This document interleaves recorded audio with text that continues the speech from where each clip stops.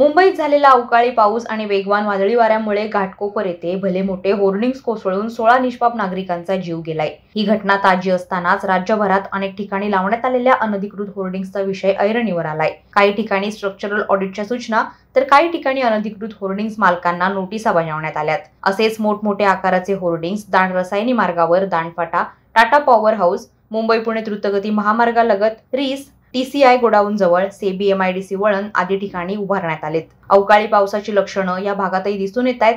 तसेच ऐन पावसाळ्यात वादळी वाऱ्यामुळे हे होर्डिंग्ज कोसळून मोठी जीवितहानी होण्याची शक्यता नाकारता येत नाही। या होर्डिंग्ज मालकांना नोटिसा पाठवाव्यात, तसेच धोकादायक होर्डिंग्ज त्वरित हटवावेत अशी मागणी रसायनीकर करतायत। लोकशक्ती लाईव्हसाठी राकेश खराडे, रसायनी। अशाच सच्चाई दर्शवणाऱ्या बातम्या पाहण्यासाठी लोकशक्ती लाईव्ह न्यूज चॅनलला लाईक करा, शेअर करा आणि सबस्क्राईब करा।